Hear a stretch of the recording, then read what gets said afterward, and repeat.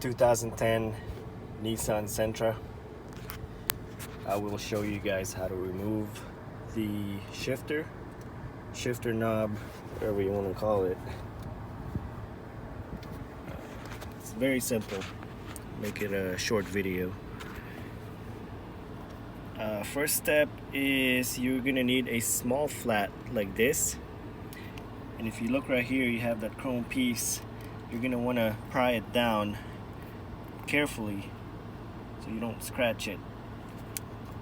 So just twist, push it down.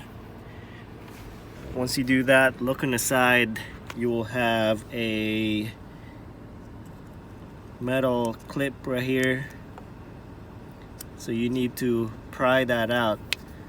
Now you're supposed to do it with two hands so it doesn't fly out when you try to pop it out. But I'm holding the camera on my other hand, so I'm gonna attempt to take it off with just one hand. It's probably gonna fly out somewhere.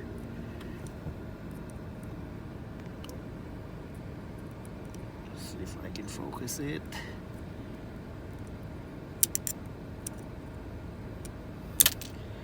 Yep, I don't know where it went, but